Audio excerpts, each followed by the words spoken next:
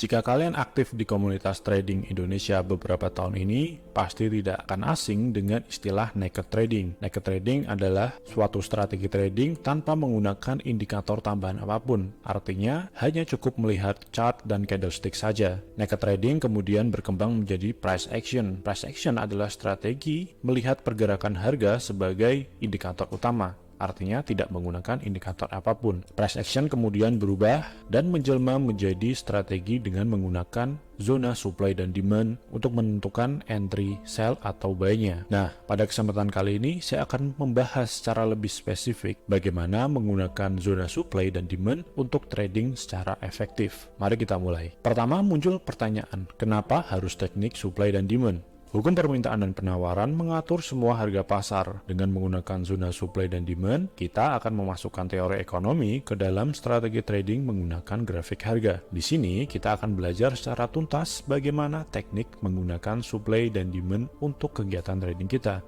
Lalu muncul pertanyaan, apa itu zona supply dan demand? Zona supply dan demand adalah teknik analisis yang populer digunakan dalam trading, terutama di komunitas trader Indonesia beberapa tahun belakangan. Zona-zona ini adalah periode pergerakan harga yang datar yang datang sebelum pergerakan harga yang eksplosif, atau dikenal dengan zona equilibrium, yang biasanya ditandai dengan menggambar persegi panjang untuk menandai zona supply dan demand. Yang dimaksud dengan zona equilibrium di sini adalah area atau wilayah di mana permintaan dan penawaran bertemu pada harga tertentu. Ada dua jenis zona dalam perdagangan, yaitu zona supply dan zona demand. Zona supply adalah zona sideways atau equilibrium yang menandai awal dari tren turun yang kuat. Sementara zona supply adalah zona sideways atau equilibrium yang menandai awal dari tren naik yang kuat. Menurut teori investasi Wyckoff dan struktur pasar keuangan bergerak dalam fase-fase tertentu. Terdapat tiga konsep dasar dalam pergerakan pasar keuangan. Yang pertama,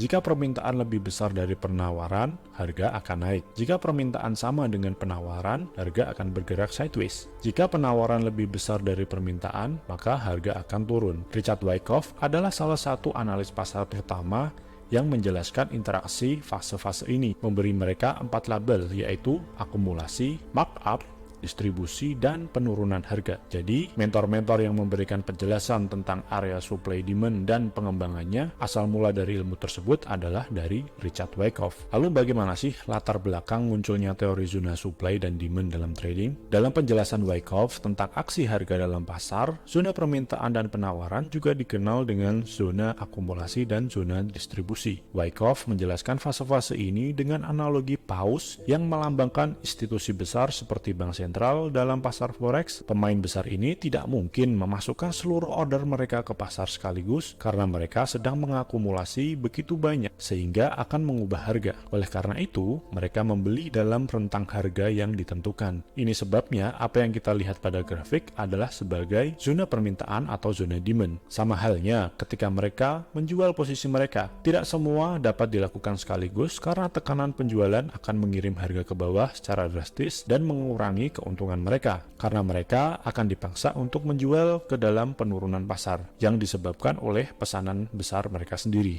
Pasar bekerja dengan sistem algoritma berdasarkan order book. Tidak ada uang yang dihasilkan, melainkan hanya dipindah tangankan. Jika institusi besar melakukan order sell dengan jumlah besar, tapi tidak diikuti dengan banyaknya order buy di pasar, order tersebut tidak akan terjadi. Bukannya terjadi, malah spread akan melebar dan mereka akan menjual pada harga yang tidak sesuai. Itu yang tidak diinginkan oleh institusi besar. Jadi, mereka menjual dalam jangka waktu tertentu untuk meminimalkan dampak pasar dari pergerakan mereka. Inilah yang menciptakan zona supply tersebut. Pembelian beruntun dalam periode yang berdekatan ini yang kemudian akan menghasilkan zona equilibrium atau sideways. Dan pada akhirnya, market akan menentukan harga akan ke atas atau ke bawah, dan itulah yang disebut dengan trend. Apakah ada jenis-jenis zona supply dan demand? Tentunya ada. Yang pertama, penting untuk memahami bahwa ada beberapa periode akumulasi selama tren naik dan beberapa periode distribusi selama tren turun. Ini berarti bahwa seperti dalam pola analisis harga klasik, ada pola supply dan demand pembalikan, dan ada pola supply dan demand penerusan. Kita akan bahas di sini. Yang pertama adalah pola pembalikan supply and demand. Yang pertama kita kenal dengan nama drop Base Rally adalah pola pembalikan bullish. Ilustrasinya bisa kalian lihat pada gambar. Yang kedua adalah Rally Base Drop atau pola pembalikan bearish. Ilustrasinya bisa kalian lihat pada gambar. Lalu pola penerusan supply and demand juga terdapat dua jenis, yaitu Rally Base Rally atau pola lanjutan bullish dan Drop Base Drop atau pola lanjutan bearish. Zona-zona tersebut nantinya akan menjadi tempat memantulnya harga. Mengetahui pola itu sangat penting karena kita akan menandainya dan akan menunggu apabila harga menyentuh zona tersebut. Lalu kita akan tunggu reaksi harga. Lalu bagaimana sih cara menandai zona supply dan demand? Idenya adalah menemukan tempat di chart di mana pola rally base rally atau drop base drop seperti yang sudah kita pelajari tadi. Pertanyaannya kemudian muncul, kenapa harus pola ini? Karena pola penerusan ini biasanya adalah pola yang akan sangat dihargai di masa depan dan biasanya akan dijadikan tempat memantulnya harga. Mari kita lihat proses untuk mengidentifikasi zona permintaan dan penawaran dengan benar atau zona supply dan demand. Langkah pertama adalah identifikasi harga pasar saat ini. Langkah kedua, lihat ke kiri pada grafik. Langkah ketiga, cari candle hijau besar atau merah besar atau penerusan harga yang cepat.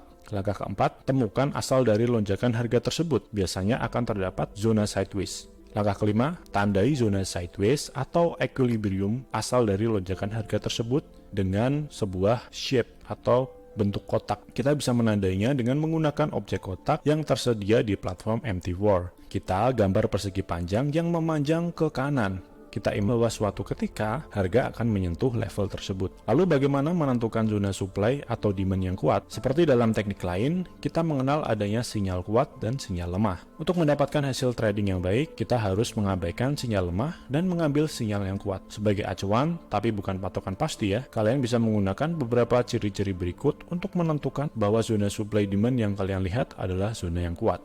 Yang pertama adalah area sideways yang padat. Area sideways yang kecil namun berjalan lama ke kanan itu menandakan sedang ada aktivitas pause di sana atau institusi besar. Apalagi jika kita zoom di time frame kecil dan menemukan bahwa harga tidak beraturan ke atas dan ke bawah, itu semakin menandakan zona yang kuat dan syarat akan manipulasi institusi besar. Selanjutnya, kurang dari 10 lilin atau candle. Zona yang kuat seharusnya antara 1 dan 10 candle. Akumulasi dan distribusi dapat memakan waktu, tapi jika terlalu lama, tanda market sedang bingung dan malah bisa kehabisan tenaga. Zona yang kecil, ringkas dan rapat adalah zona terbaik. Selanjutnya, gerakan harga yang kuat. Gerakan harga yang kuat setelah zona sideways mengalami breakout adalah tanda bahwa zona tersebut akan tetap dihargai di masa depan, apalagi jika kita melihat candle besar seperti Marubozu. Selanjutnya adalah zona fresh atau belum diuji. Zona terbaik adalah saat harga belum mengunjungi zona tersebut lagi setelah breakout. Semakin sering zona tersebut diuji, maka akan semakin lemah zona tersebut. Lalu selanjutnya adalah adanya fake out atau spring. Fake out adalah saat harga sementara breakout dalam arah yang berlawanan, kemudian berbalik arah. Ini adalah tanda pemain besar atau stop hunting untuk menemukan likuiditas tambahan power untuk memompa harga cepat sesuai yang mereka inginkan. Fake out biasanya akan kita temukan sebelum harga menyentuh zona supply atau demand yang asli atau yang masih fresh. Lalu kita akan masuk pada step by step strategi trading dengan memanfaatkan zona supply dan demand. Kali ini kita akan memakai simulasi sell. Langkah pertama, lihatlah ke kiri dan cari zona drop base drop. Langkah pertama untuk mencari posisi sell adalah kita scan setiap pair chart yang ada di MT4, kita pilih time frame mana yang akan kita tradingkan. Dan ingat, semakin besar time frame, semakin lama masa trading kita. Jadi sesuaikan dengan kebutuhan. Di sini kita akan mencari zona yang masih fresh dan belum pernah disentuh harga. Kita cari zona drop base drop yang masih fresh, kita tandai, lalu kita tunggu. Lalu langkah selanjutnya, langkah kedua, lihat ke kiri lagi apakah ada area key level. Setelah kita menandai zona drop base drop, untuk memperkuat sinyal, kita bisa mencari konfirmasi tambahan. Apakah zona drop base drop tersebut dilewati oleh area significant support resistance atau SSR, atau biasa juga kita sebut dengan key level. Zona supply demand yang di dalamnya juga terdapat SSR atau key level adalah zona yang sangat kuat dan kemungkinan dihargai di masa depan dan peluang untuk memantul sangatlah tinggi. Langkah ketiga, tunggu harga menyentuh zona dan cari konfirmasi di time frame kecil. Ketika harga sudah menyentuh zona supply tersebut,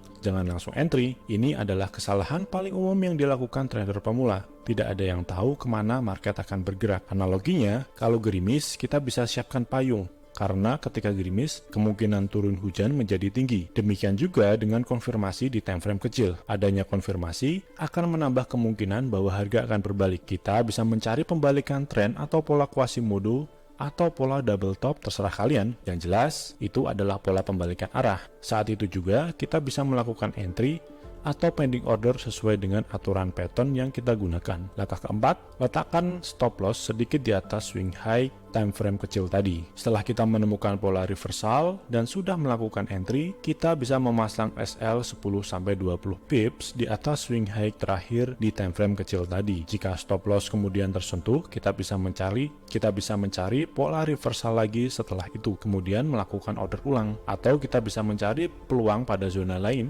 Sesuaikan itu semua dengan money management yang kalian terapkan. Langkah kelima dan terakhir, pasang take profit minimal 1/1,5 atau pada zona demand berikutnya. Ini untuk menjaga rasio risk to reward kita tetap sehat. Jika sudah agak ahli dan bisa membaca pola market, kita bisa meletakkan TP dengan patokan zona demand setelahnya yang kita anggap kuat. Kita bisa menerapkan teknik break even point atau trailing stop. Tujuannya adalah agar profit kita bisa maksimal dan bisa mendapatkan rasio risk to reward yang baik. Tapi untuk pemula, kita bisa memakai cara yang pertama, yaitu perbandingan 1/1,5. Kesimpulan yang kita bisa ambil adalah supply dan demand adalah hukum ekonomi yang pasti berlaku, dan itu adalah satu-satunya hal yang secara langsung membuat harga bergerak. Sentimen pasar, kebijakan ekonomi, atau politik tidak bisa menggerakkan harga secara langsung. Adanya ketidakseimbangan antara permintaan dan penawaran lah yang dapat menggerakkan harga. Upaya kita di sini untuk mencoba dalam tanda kutip membaca zona supply dan demand adalah bentuk imajinasi kita untuk menggambarkan apa yang terjadi di balik chart. Apa yang sebenarnya terjadi tidak bisa kita ketahui secara pasti. Banyak trader menganggap setelah mengetahui zona supply dan demand, pandangan mereka tentang market menjadi lebih clear atau jelas. Walaupun apa yang kita lakukan dan pelajari selama ini adalah upaya kita untuk mencoba meraba dalam kegelapan masa depan market. Namun masa depan tetaplah gelap dan tidak ada satu orang pun yang tahu. Demikianlah strategi trading menggunakan zona supply dan demand. Semoga dapat menambah pengetahuan kalian dan dapat menginspirasi kalian untuk menciptakan trading system kalian sendiri yang cocok dengan